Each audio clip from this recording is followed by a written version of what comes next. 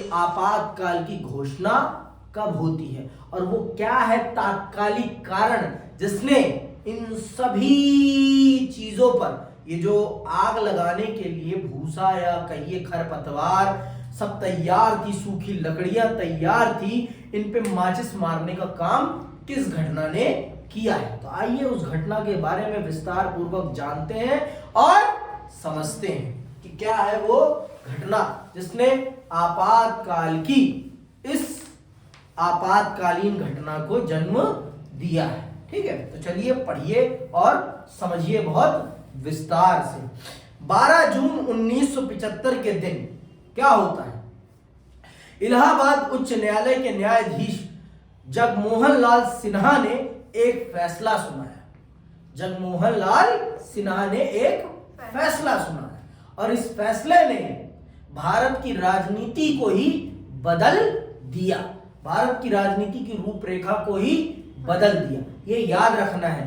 कौन है? जगमोहन लाल सिन्हा। समझ में आई बात? कहां के? इलाहाबाद उच्च न्यायालय। ठीक है, आगे सुनो। इस फैसले में उन्होंने लोकसभा के लिए इंदिरा गांधी के निर्वाचन को अवैधानिक करार दिया कि मतलब इंदिरा गांधी का निर्वाचन गैर संवैधानिक है, इन्होंने गलत तरीके से इस पद को प्राप्त किया है। मतलब ये जो सांसद बनी है, इन्होंने गलत तरीके से सांसदी के चुनाव को जीता है। ठीक है, न्यायमूर्ति ने यह फैसला समाजवादी नेता राजनारायण द्वारा दायर एक चुनाव याचिका के मामले में सुनाया था। ये याद रखने, इस व्यक्ति का नाम समाजवादी नेता राजनारायण, इन्होंने ही याचिका दायर की थी चुनाव के संबंध में। राजनारायण इंदिरा गांधी के खिलाफ 1971 में बतौर उम्मीदवार चुनाव में खड़े हुए थे। याचिका में इंदिरा गांधी के निर्वाचन को चुनौती देते हुए तर्क दिया गया था कि उन्होंने चुनाव प्रचार में, अंडरलाइन करना, उन्होंने चुनाव प्रचार में सरकारी कर्मचारियों की सेवाओं का इस्तेमाल किया था।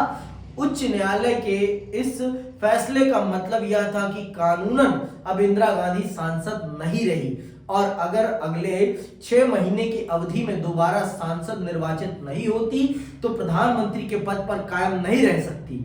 24 जून 1975 को सर्वोच्च न्यायालय ने उच्च न्यायालय के इस फैसले पर आंशिक स्थगनादेश सुनाते हुए कहा कि जब तक इस फैसले को लेकर की गई अपील की सुनवाई नहीं होती तब तक इंदिरा गांधी सांसद बनी रहेंगी, लेकिन वे लोकसभा की कार्रवाई में भाग नहीं ले सकती हैं। तो प्रधानमंत्री होने का मतलब क्या है? अगर मैं लोकसभा ही न जा पाऊं तो आप सबको पता है कि लोकसभा क्या है? भारत का सबसे बड़ा मंच है और भारत के कानून कहाँ बनते हैं? सबके सब संसद में बनते हैं। और अगर प्रधानमंत्री होते हुए मैं अगर संसद नहीं जा पा रहा हूं तो मेरे प्रधानमंत्री का होने का कोई अर्थ नहीं है।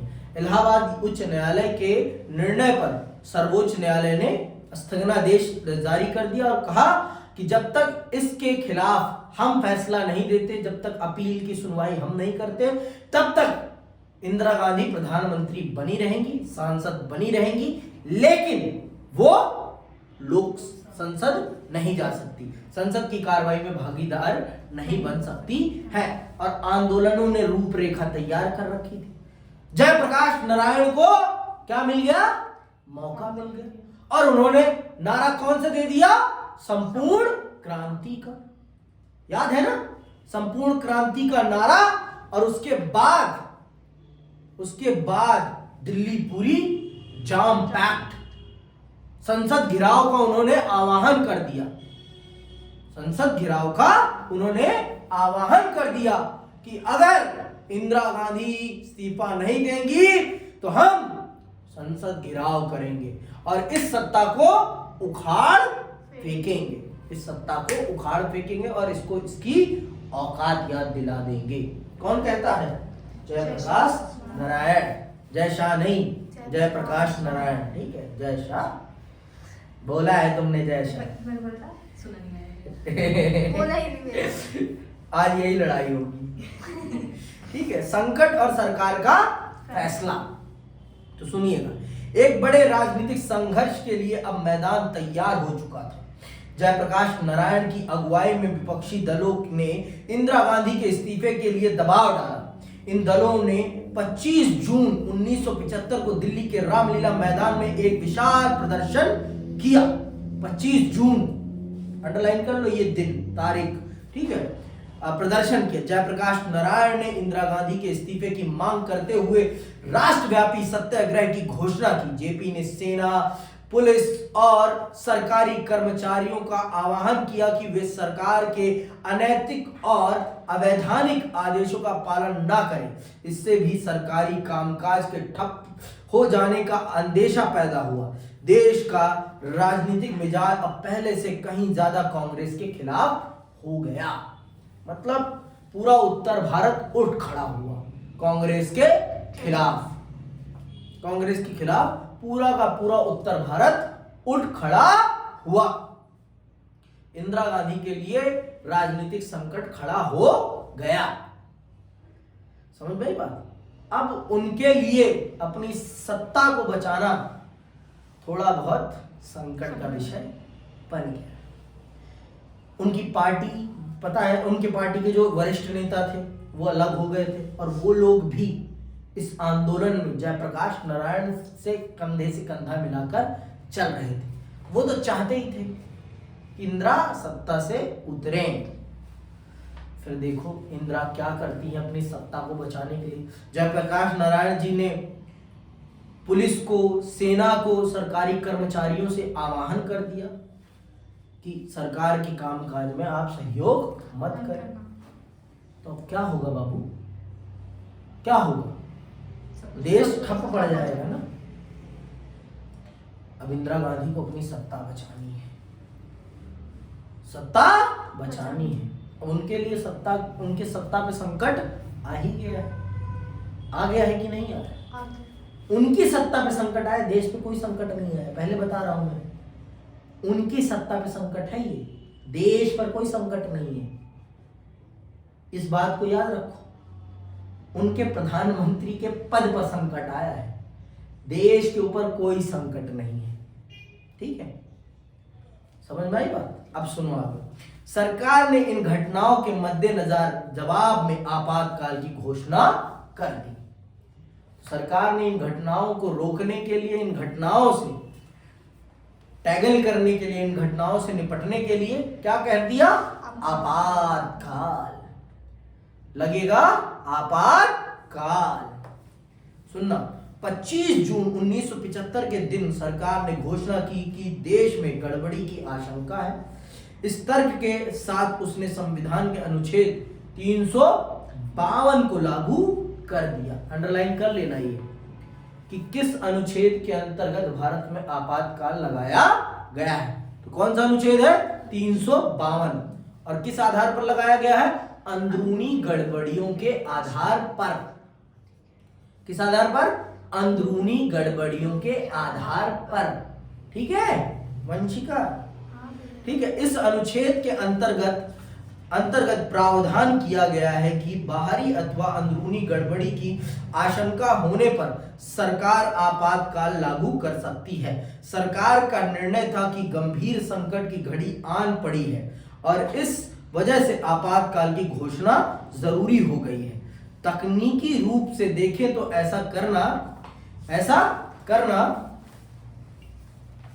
सरकार की शक्तियों के दायरे में था, क्योंकि हमारे संविधान में सरकार को आपातकाल की स्थिति में विशेष शक्तियां प्रदान की गई हैं। किस सरकार को? केंद्र सरकार। भारत में आपातकाल को निर्धारित करने की शक्तियां सिर्फ केंद्र सरकार के पास है। केंद्र सरकार ही ये निर्धारित करती है कि कब देश में आपातकाल लगेगा और कब नहीं लगेगा। ठीक है, तो उस समय इंदिरा गांधी के पास ये ताकत थी, वो ऐसा कर सकती थी, तो उन्होंने वो किया। किस लिए? अपनी शक्ति को बचाने के लिए, अपनी सत्ता को, अपनी कुर्सी को बचाने के लिए। इस कार्टून में यही दिखाया गया है। तो ठीक है, ये कार्टून यही दिखा रहा है। ठीक है, ये कार्टून जो है ये उसी स्थिति का परिचायक है, उसी घटना के बारे में आपको बता रहा है। आपातकाल की घोषणा के साथ ही शक्तियों के बंटवारे का संघीय ढांचा व्यवहारिक तौर पर निष्प्रभावी हो गया। आप सब जानते हैं कि भारत एक संघवादी राष्ट्र है जिसमें सत्ता के दो केंद्र हैं, एक जो पूरे देश को चलाता है और राज्यों को चलाने के लिए अलग अलग राज्य सरकारें हैं। लेकिन जैसे ही आपातकाल देश में लगा, वैसे ही जो ये संघीय ढांचा है वो निष्प्रभावी होकर केंद्रीकृत ढांचे में परिवर्तित हो गया। सारी राज्य सरकारें बर्खास्त हो गई अपने आप। सारी राज्य सरकारों की ताकतें किसके पास आ गई?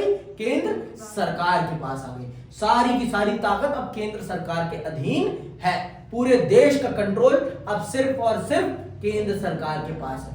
अब कोई और सरकार नहीं है, सिर्फ केंद्र ही एक सरकार है। ठीक है,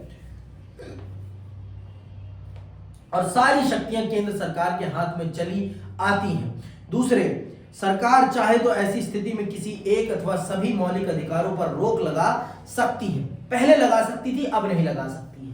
ठीक है, पहले यह प्रावधान था कि वो मौलिक अधिकारों पर चाहे एक पर लगाए चाहे सब पर लगाए, वो रोक लगा सकती है। अब सीमित किए जा सकते हैं, समाप्त नहीं किए जा सकते। यहां रोक ही लगा दी गई थी कि आपको ये मौलिक अधिकार नहीं मिलेंगे। ठीक है, यहां आज के समय में कटौती की जा सकती है, खत्म नहीं किए जा सकते अथवा उनमें कटौती कर सकती है। संविधान के प्रावधान में आए शब्दों से यह स्पष्ट हो जाता है कि आपातकाल को वहां एक असाधारण स्थिति के रूप में देखा गया है, जब सामान्य लोकतांत्रिक राजनीति के कामकाज नहीं किए जा सकते। इसी कारण सरकार को आपातकाल की स्थिति में विशेष शक्तियां प्रदान की गई है। तो आपातकाल बहुत सोच समझ के ये स्थिति के बारे में हमारे संविधान निर्माताओं ने बात करी थी, लेकिन इंदिरा गांधी ने इसका दुरुपयोग किया और अपनी सत्ता को सुरक्षित करने के लिए। इसीलिए इस चैप्टर को आपातकाल का लोकतंत्र का काला दौर भी कहा जाता है। लोकतंत्र का काला धब्बा या लोकतंत्र का काला दौर, आप कुछ भी कह सकते हैं, क्योंकि यहां पर देश पर कोई संकट नहीं आया था, एक व्यक्ति की सत्ता पर संकट आया था, जिसके कारण उन्होंने ऐसी घटना को अंजाम दिया है। समझ में आई बात कि अभी भी नहीं आई है? पक्का भाई?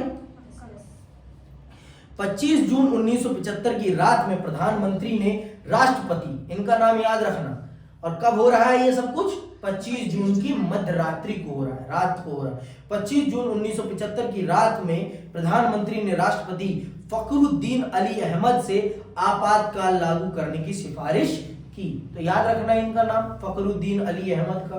ठीक है, राष्ट्रपति ने तुरंत यह उद्घोषणा कर दी। आधी रात के बाद सभी बड़े अखबारों के दफ्तर की बिजली काट दी गई। तड़के सवेरे बड़े पैमाने पर विपक्षी दलों के नेताओं और कार्यकर्ताओं की गिरफ्तारी हुई। 26 जून की सुबह 6 बजे एक विशेष बैठक में मंत्रिमंडल को इन बातों की सूचना दी गई, लेकिन तब तक बहुत कुछ हो चुका था। बिना मंत्रिमंडल को बताए माननीय प्रधानमंत्री इंदिरा गांधी जी ने देश में आपातकाल की घोषणा कर दी थी, माननीय राष्ट्रपति महोदय के स्वीकृति से। आपको पता है बिना उनकी स्वीकृति से कुछ नहीं हो सकता। ठीक है, तो उन्होंने ये चीजें कर दी और उसके बाद फिर भारत की राजनीति में कोलाहल मचने लगता है। पूरे विपक्ष के नेताओं को गिरफ्तार कर लिया जाता है। और फिर क्या होता है सुनना अब बहुत ध्यान से, क्या परिणाम हुए हैं आपातकाल के, ये भी आप जान लीजिए बहुत विस्तार से, बहुत विस्तार से। ठीक है, परिणाम, सरकार के इस फैसले से विरोध आंदोलन एक बारगी रुक गए। एकाएक सारे विरोध आंदोलन रुक जाते हैं। सब जगह शांति, जहां कल तक सड़कें पटी पड़ी थी लोगों से, खाली, एकदम खाली, रिक्त हो गई। कहते हैं ना रिक्त स्थान भइये, वैसी वाली स्थिति आ गई। सुनसान, सन्नाटा, क्या सन्नाटा ऐसा पसर गया, सन्नाटे वाली स्थिति आ गई। ठीक है, एक बारगी रुक गया, हड़तालों पर रोक लगा दी गई, अनेक विपक्षी नेताओं को जेल में डाल दिया गया, राजनीतिक माहौल में तनाव भरा एक गहरा सन्नाटा छा गया। आपातकालीन प्रावधानों के अंतर्गत प्राप्त अपनी शक्तियों पर अमल करते हुए सरकार ने प्रेस की आजादी पर रोक लगा दी। प्रेस को सरकार ने प्रेस कर दिया। तू ज्यादा ही प्रेस कर रही थी ना मेरे खिलाफ, ले तेरे को अच्छे से प्रेस कर देती हूं। घिस दी उनके न्यूज़पेपर पर, एकदम अपना प्रेस चला दी, सेंसरशिप लगा दी कि जो तुम छापोगे बिना मेरी परमिशन के कुछ भी नहीं छापोगे, टीवी पे कुछ भी भौंकोगे बिना मेरे बताए कुछ भी नहीं भौंकोगे, मैं जो बताऊंगी वो बोलोगे, उसके अलावा कुछ नहीं बोलोगे। समझ में आई बात? समाचार पत्रों को कहा गया कि कुछ भी छापने से पहले अनुमति लेना जरूरी है ना। इसे कहते हैं सेंसरशिप। इसे प्रेस सेंसरशिप के नाम से जाना जाता है। क्या कहते हैं इसे? प्रेस सेंसरशिप के नाम से जाना जाता है। तो ये एक 2 नंबर का प्रश्न बहुत अच्छा बनता है कि प्रेस सेंसरशिप क्या होती है। तो आप क्या बताएंगी प्रेस सेंसरशिप? प्रेस सेंसरशिप उस स्थिति को कहते हैं जिसमें समाचार पत्रों में छपने वाली खबरों को पहले सरकार की स्वीकृति के लिए भेजा जाता है, उसके उपरांत उसे छापा जाता है। उस स्थिति या परिस्थिति को प्रेस सेंसरशिप कहा जाता है। ठीक है, समझ में आई बात?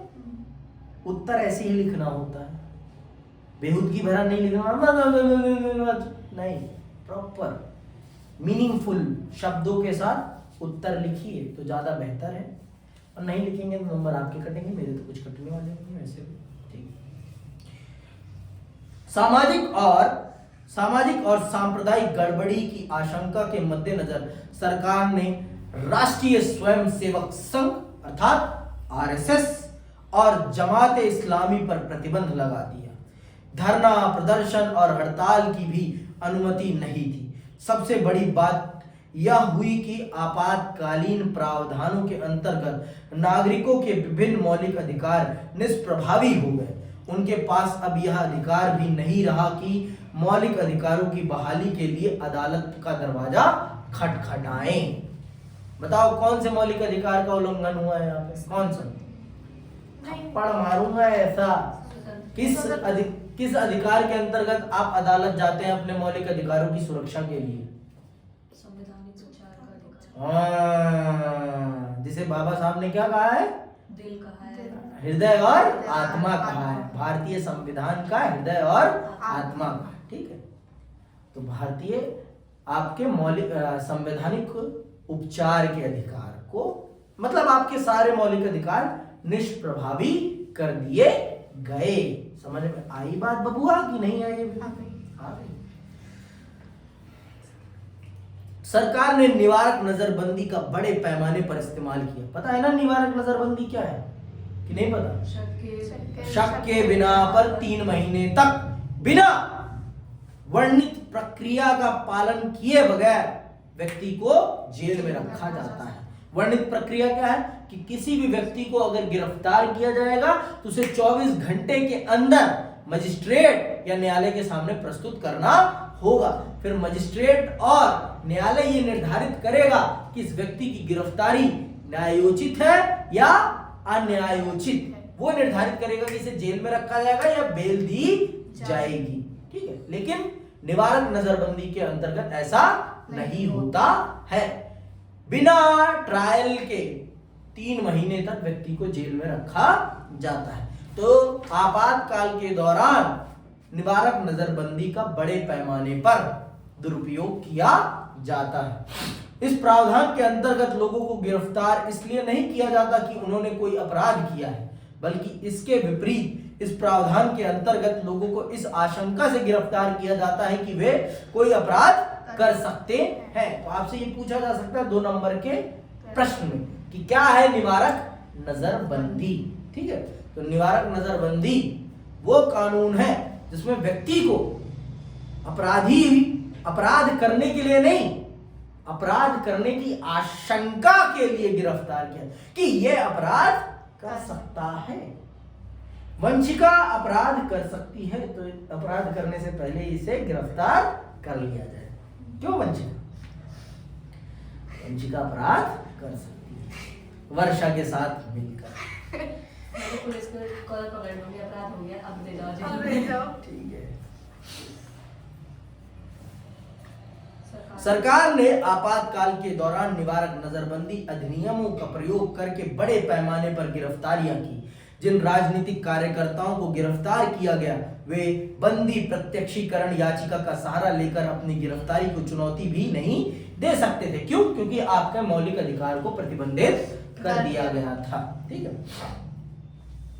गिरफ्तार लोगों अथवा उनके पक्ष में किन्हीं और ने उच्च न्यायालय और सर्वोच्च न्यायालय में कई मामले दायर किए, लेकिन सरकार का कहना था कि गिरफ्तार लोगों को गिरफ्तारी का कारण बताना कतई जरूरी नहीं है। अनेक उच्च न्यायालयों ने फैसला दिया कि आपातकाल की घोषणा के बावजूद अदालत किसी व्यक्ति द्वारा दायर की गई ऐसी बंदी प्रत्यक्षीकरण याचिका को विचार के लिए स्वीकार कर सकती है जिसमें उसने अपनी गिरफ्तारी को चुनौती दी हो। 1976 के अप्रैल माह में सर्वोच्च न्यायालय की संवैधानिक पीठ ने उच्च न्यायालयों के फैसले को उलट दिया और सरकार की दलील मान ली। इसका आशय यह था कि सरकार आपातकाल के दौरान नागरिक से जीवन और आजादी का अधिकार वापस ले सकती है। सर्वोच्च न्यायालय के इस फैसले से नागरिकों के लिए अदालत के दरवाजे बंद हो गए। इस फैसले को सर्वोच्च न्यायालय के सर्वाधिक विवादित फैसलों में से एक माना गया। मतलब सर्वोच्च न्यायालय ने ये कह दिया, सरकार के पक्ष में फैसला दे दिया कि सरकार किसी की भी आजादी और जीवन उससे छीन सकती है आपातकाल के दौरान। आपातकाल के दौरान आप सरकार से ये नहीं पूछ सकते कि आपने मुझे क्यों गिरफ्तार किया है और आप मुझे क्यों प्रताड़ित कर रहे हैं। आप ये कदापि नहीं पूछ सकते हैं। किससे? सरकार से। ठीक। आपातकाल की मुखालफत और प्रतिरोध की कई घटनाएं घटी। पहली लहर में जो राजनीतिक कार्यकर्ता गिरफ्तारी से बच गए थे वे भूमिगत हो गए और उन्होंने सरकार के खिलाफ मुहिम चलाई। इंडियन एक्सप्रेस और स्टेट्समैन जैसे अखबारों ने प्रेस पर लगी सेंसरशिप का विरोध किया। जिन समाचारों को छापने से रोका जाता था उनकी जगह ये अखबार खाली छोड़ देते थे। सेमिनार और मेन स्ट्रीम जैसी पत्रिकाओं ने सेंसरशिप के आगे घुटने टेकने की जगह बंद होना मुनासिब समझा। सेंसरशिप को धता बताते हुए गुपचुप तरीके से अनेक न्यूज टेलर और लेफ्टिस्ट निकले। पद्म भूषण से सम्मानित कन्नड़ लेखक शिवराम करांत और पद्मश्री से सम्मानित हिंदी लेखक फणीश्वर नाथ रेणु ने लोकतंत्र के दमन के विरोध में अपनी अपनी पदवी लौटा दी। बहरहाल मुखालफत और प्रतिरोध के इतने प्रकट कदम कुछ ही लोगों ने उठाए। ठीक है। सरकार के खिलाफ खड़ा होना सबके बस की बात नहीं होती। संसद ने संविधान के सामने कई नई चुनौतियां खड़ी की। इंदिरा गांधी के मामले में इलाहाबाद उच्च न्यायालय के फैसले की पृष्ठभूमि में संविधान में संशोधन हुआ। देख रहे हैं, इंदिरा गांधी जी ने अपने पद को बचाने के लिए संविधान में ही फेरबदल कर दिए। तो देखिए क्या किया है इंदिरा गांधी जी ने। इस संशोधन के द्वारा प्रावधान किया गया कि प्रधानमंत्री, राष्ट्रपति और उपराष्ट्रपति के पद के निर्वाचन को अदालत में चुनौती नहीं दी जा सकती है। मतलब इस पद पे बैठे व्यक्तियों के निर्वाचन के खिलाफ आप अदालत नहीं जा सकते हैं। जो व्यक्ति इस पद पर बैठ गया है उसके खिलाफ अदालत नहीं जाया जा सकता है। ठीक है। आपातकाल के दौरान ही संविधान का 42वां संशोधन पारित हुआ। ये याद रखना है, कौन सा संशोधन पारित हुआ है? 42वां 42। ठीक है, अमेंडमेंट। आप पढ़ चुके हैं कि इस संशोधन के जरिए संविधान के अनेक हिस्सों में बदलाव किए गए। 42वें संशोधन के जरिए हुए अनेक बदलावों में एक था देश की विधायिका के कार्यकाल को 5 से बढ़ाकर 6 साल करना। ठीक है, मतलब जो 5 साल की हमारी विधायिका है कि मतलब 5 साल बाद चुनाव, उसको 1 साल एक्सटेंड कर दिया गया कि अब 6 साल बाद चुनाव कराए जाएंगे।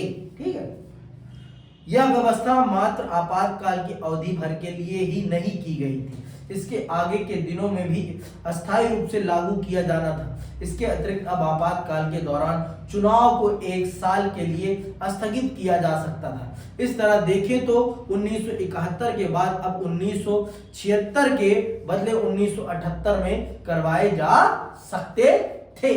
मतलब चुनाव को 1 साल के लिए पोस्टपोन करा दिया गया इन संशोधनों के द्वारा। तो भारत के संविधान का सबसे बड़ा संशोधन अगर किसी को माना जाता है तो वो 42वें संविधान संशोधन को माना जाता है। ये बहुत इंपॉर्टेंट है। ठीक है, अब आते हैं आपातकाल के संदर्भ में विवाद। क्या क्या विवाद खड़े हुए हैं? क्या हुआ है? नहीं क्या? इसमें तो है, इसमें आपातकाल के सबक है इसके बाद। हाँ, तो वही संदर्भ है, विवाद ही तो है। सबक वही सीख सबक एक ही बात है।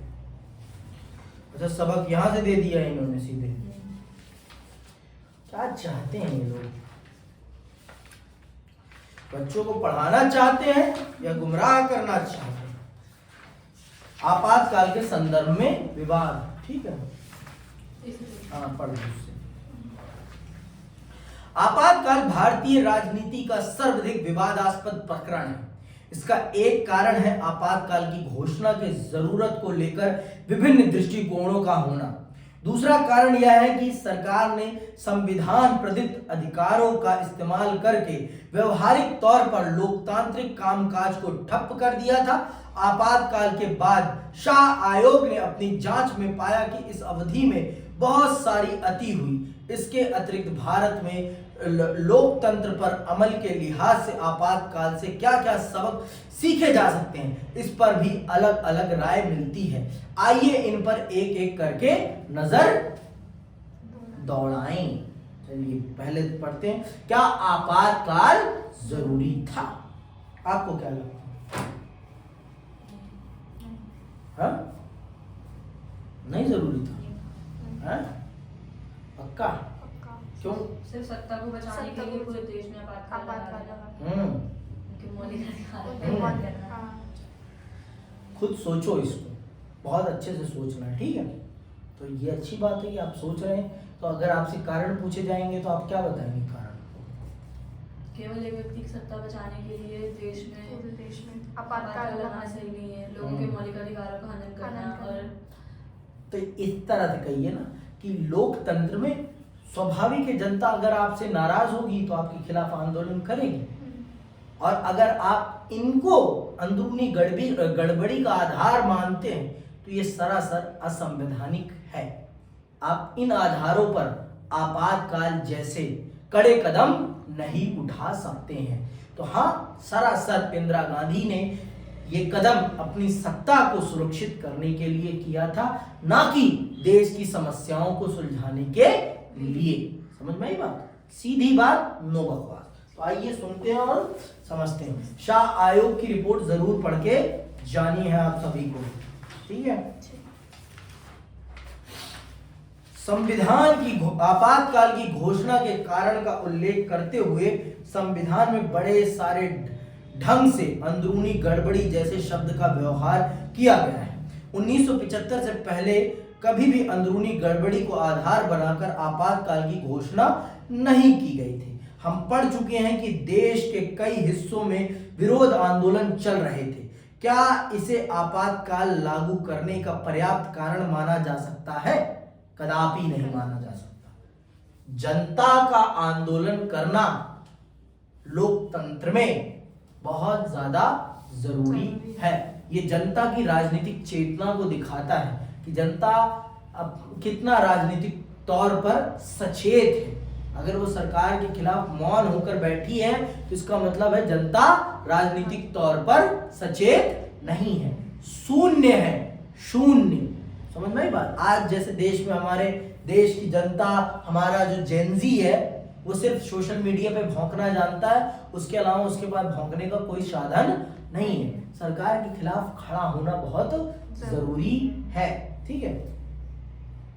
सरकार का तर्क था कि भारत में लोकतंत्र है और इसके अनुकूल विपक्षी दलों को चाहिए कि वे निर्वाचित शासक दल को अपनी नीतियों के अनुसार शासन चलाने दें। क्यों चलाने दें भाई? विपक्ष का काम है सरकार की कमियों को उजागर करना। समझ में आई बात? विपक्ष का काम है और आपकी जिम्मेदारी है कि आप उन कमियों को सुधारें। विपक्ष का काम नहीं है कि आपकी कमियों को लीपापोती करे, पेंट करे, छुपाने में आपकी भी मदद करे। ये विपक्ष का काम नहीं। विपक्ष का काम ही है कि आपकी गलतियों को कुरेद के बाहर निकालना, जिससे कि जनता देख सके कि उन्होंने जिस सरकार को चुना है वो कितना चूना लगा रही है इस देश की जनता को। तो अगर विपक्ष, आज का विपक्ष भी सरकार की गलतियों को उजागर कर रहा है तो वो उसका काम है। विपक्ष का काम ही है सरकार की गलतियों को खोदकर निकालना। आपने रखा किस लिए? टीचर का काम क्या होता है? स्टूडेंट की गलतियां ही बताना ना। ठीक है, अप्रिशिएट करना भी उसका काम है, लेकिन गलतियां बताना बहुत जरूरी काम है। अगर गलतियां नहीं बताएगा, हाँ बेटा तुमने सही लिखा है, सही लिखा है, जाओ पेपर में भी सही लिख के आ जाओगे ढंग ढंग से। जो मिलने थे 100 नंबर मिलेंगे 0। आपका विकास 0 है। आप प्रगति के बहुत ही शून्य स्थल पर पहुंचे हैं। हो गया 0 नहीं बनाना ना। देश को हमें 100 बनाना है, 80 बनाना है, 90 बनाना है, तो उसकी गलतियां निकालना बहुत जरूरी है, बहुत ज्यादा जरूरी है। ठीक है, सबकी गलतियां निकालना बहुत जरूरी है। आगे सुनो। सरकार का मानना था कि बार बार का क्या कहती है सरकार, बार बार का धरना प्रदर्शन और सामूहिक कार्रवाई लोकतंत्र के लिए ठीक नहीं है। इंदिरा गांधी के समर्थक यह भी मानते थे कि लोकतंत्र में सरकार पर निशाना साधने के लिए लगातार गैर संसदीय राजनीति का सहारा नहीं लिया जा सकता। इससे अस्थिरता पैदा होती है और प्रशासन का ध्यान विकास के कामों से भंग हो जाता है। सारी ताकत कानून व्यवस्था की बहाली पर लगानी पड़ती है। इंदिरा गांधी ने शाह आयोग को चिट्ठी में लिखा कि विनाशकारी ताकतें सरकार के प्रगतिशील कार्यक्रमों में अड़ंगे डाल रही थी और मुझे गैर संवैधानिक साधनों के बूते सत्ता से बेदखल करना चाहती थी। ये पढ़ के जाना, ये इंदिरा गांधी जी की चिट्ठी है। ठीक है, ये पढ़ के जाना है आप सभी को। ये सारी की सारी चीजें पढ़ लेनी है।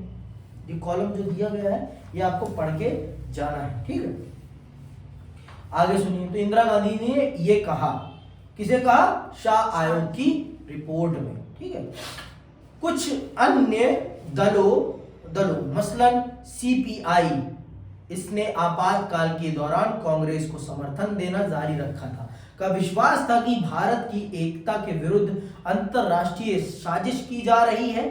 सीपीआई का मानना था कि ऐसी सूरत में विरोध पर एक हद तक प्रतिबंध लगाना उचित है। सीपीआई का मानना था कि जेपी ने जिस जन आंदोलन की अगुवाई की वह मुख्यतः मध्य वर्ग का आंदोलन था और यह मध्य वर्ग कांग्रेस की परिवर्तनकामी नीतियों के विरोध में था। आपातकाल के बाद सीपीआई ने महसूस किया कि उसका मूल्यांकन गलत था और आपातकाल का समर्थन करना एक गलती थी, क्योंकि जब अब उन्हें भी पता चल गया था कि अगर हम समर्थन करेंगे तो हमें राजनीतिक तौर पर इसका नुकसान उठाना पड़ेगा। तो उन्होंने भी कहा, पीछे अपने कदम खींच लिए और कहा कि आपातकाल एक गलत कदम था भारत की राजनीति में। ठीक है, दूसरी तरफ आपातकाल के आलोचकों का तर्क था कि आजादी के आंदोलन से लेकर लगातार भारत में जन आंदोलन का एक सिलसिला रहा है। जेपी सहित विपक्ष के अन्य नेताओं का ख्याल था कि लोकतंत्र में लोगों को सार्वजनिक तौर पर सरकार के विरोध का अधिकार होना चाहिए। बिहार और गुजरात में चले विरोध आंदोलन ज्यादातर समय अहिंसक और शांतिपूर्ण रहे। जिन लोगों को गिरफ्तार किया गया था उन पर कभी भी राष्ट्र विरोधी गतिविधियों में लिप्त रहने का मुकदमा नहीं चला। अधिकतर बंदियों के खिलाफ कोई मुकदमा दर्ज नहीं हुआ था। देश के अंदरूनी मामलों की देखरेख का जिम्मा गृह मंत्रालय का होता है। गृह मंत्रालय ने भी कानून व्यवस्था की बरबत कोई चिंता नहीं जताई थी। अगर कुछ आंदोलन अपनी हद से बाहर जा रहे थे तो सरकार के पास अपनी रोजमर्रा की अमल में आने वाली इतनी शक्ति थी कि वह ऐसे आंदोलनों को हद में ला सकती थी। लोकतांत्रिक कार्य प्रणाली को ठप करके आपातकाल लागू करने जैसी अतिचारी कदम उठाने की जरूरत कतई ना थी। दरअसल खतरा देश की एकता और अखंडता को नहीं बल्कि शासक दल और स्वयं प्रधानमंत्री को था। आलोचक कहते हैं कि देश को बचाने के लिए बनाए गए संवैधानिक प्रावधान का दुरुपयोग इंदिरा गांधी ने निजी ताकत को बचाने के लिए किया। तो ये तो सच है, इसमें कदाई कोई शंका शुबा नहीं है। इंदिरा गांधी ने अपनी व्यक्तिगत सत्ता को बचाने के लिए ये कदम उठाया था। समझ में आई बात? अपनी व्यक्तिगत सत्ता को, अपनी राजनीति को बचाए रखने के लिए उन्होंने ये कदम उठाया था। समझ में आया कि अभी भी नहीं आया? तो ये चीजें हैं।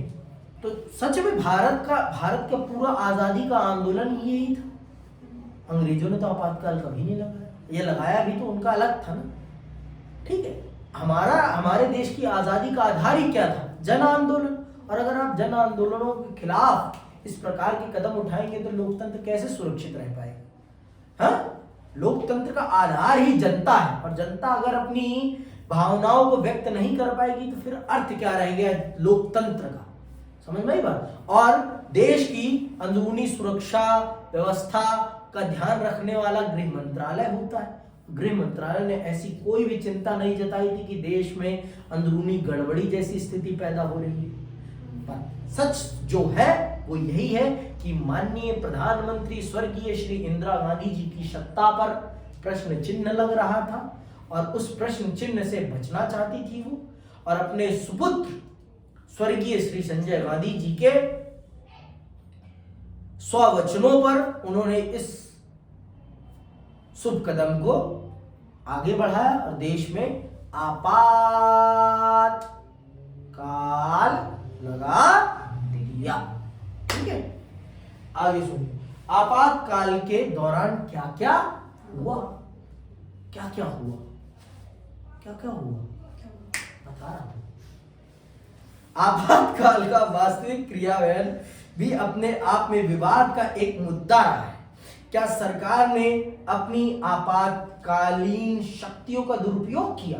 क्या इस दौरान सत्ता का दुरुपयोग हुआ और इसके बूते जातियां की गई? सरकार ने कहा कि वह आपातकाल के जरिए कानून व्यवस्था को बहाल करना चाहती थी, कार्य कुशलता बढ़ाना चाहती थी और गरीबों के हित के कार्यक्रम लागू करना चाहती थी। इस उद्देश्य में सरकार ने एक 20 सूत्रीय कार्यक्रम की घोषणा की और इसे लागू करने का अपना दृढ़ संकल्प दोहराया। 20 सूत्रीय कार्यक्रम में भूमि सुधार, भू पुनर्वितरण, खेतीहर मजदूरों के पारिश्रमिक पर पुनर्विचार, प्रबंधन में कामगारों की भागीदारी, बंधुआ मजदूरी की समाप्ति आदि शामिल थे।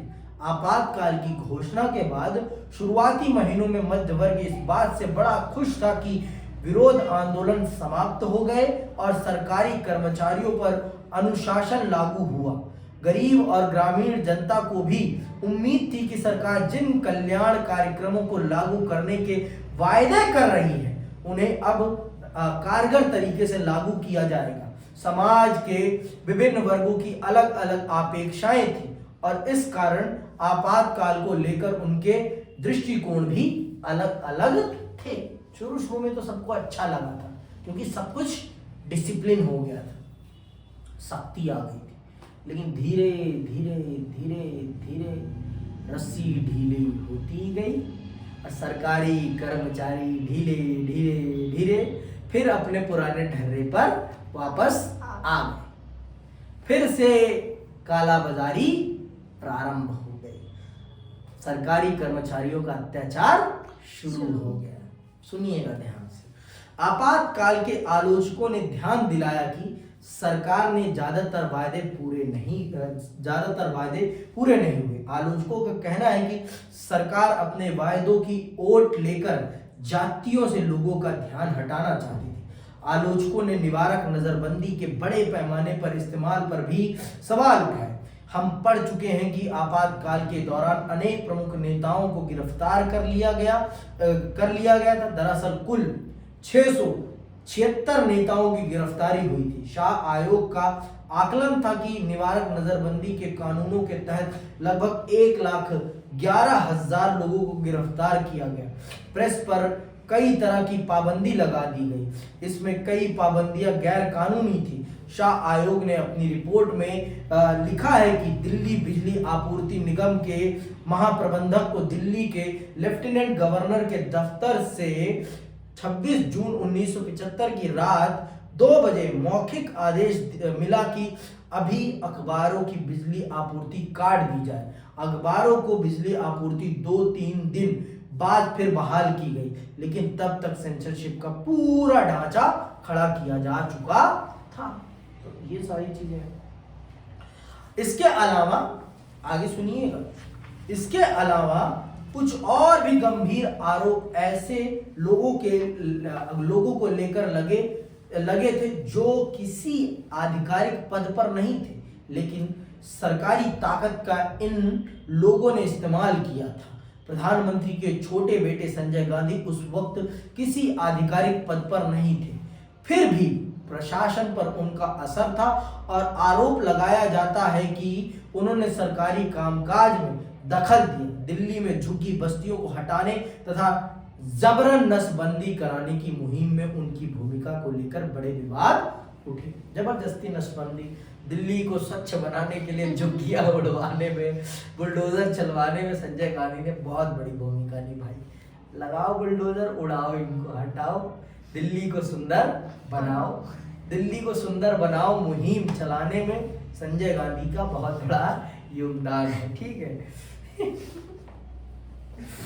ठीक है। राजनीतिक कार्यकर्ता की गिरफ्तारी और प्रेस पर लगी पाबंदी के अतिरिक्त आपातकाल का बुरा असर आम लोगों को भी भुगतना पड़ा। आपातकाल के दौरान पुलिस हिरासत में मौत और यातना की घटनाएं घटी। गरीब लोगों को मनमाने ढंग से एक जगह से उजाड़ कर दूसरी जगह बसाने की भी घटनाएं हुई। जनसंख्या नियंत्रण के अति उत्साह में लोगों को अनिवार्य रूप से नजरबंदी के लिए मजबूर किया गया। इन उदाहरणों से समझा जा सकता है कि लोकतांत्रिक प्रक्रिया के ठप पड़ने पर लोगों पर क्या गुजरती है। ठीक है, तो ये सब चीजें होती हैं आपातकाल के दौरान। आपातकाल के सबक क्या सीखा हमने आपातकाल से?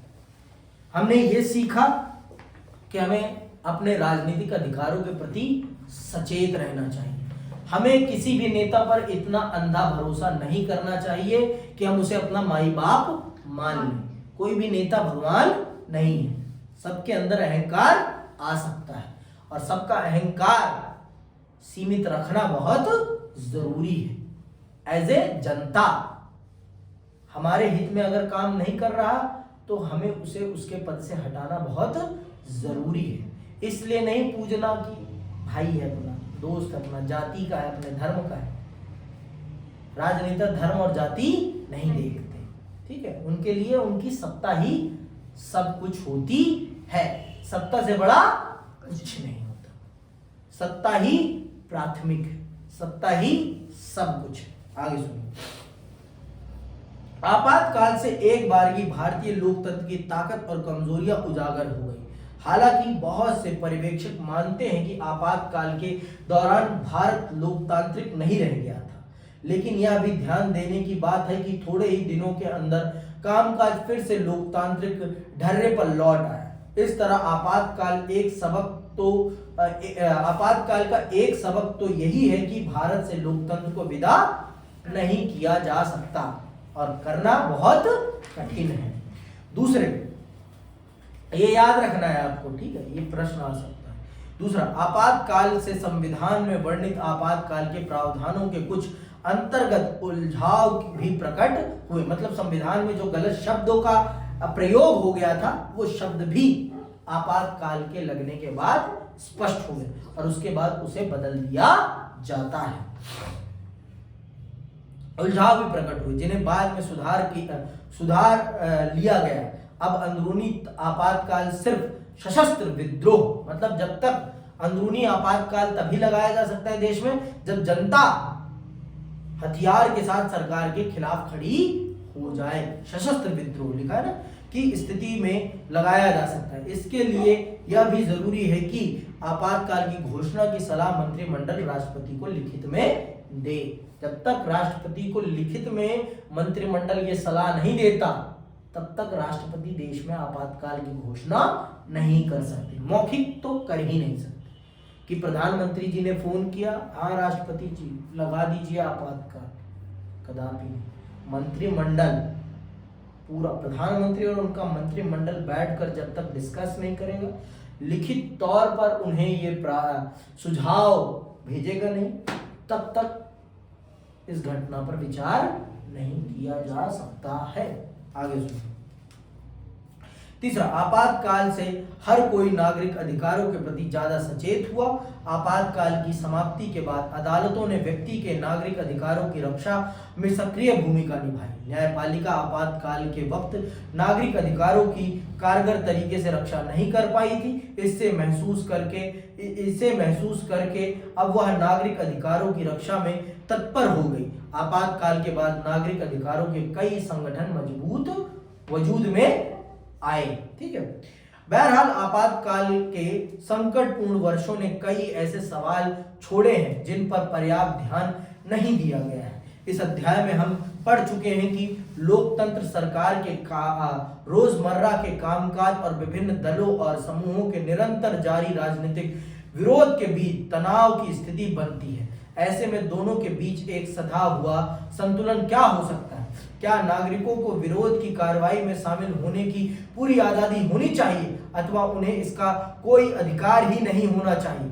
ऐसे विरोध की सीमा क्या होनी चाहिए? मतलब इस घटना ने देश के सामने लोकतंत्र और जन आंदोलन के बहुत सारे प्रश्न खड़े कर दिए।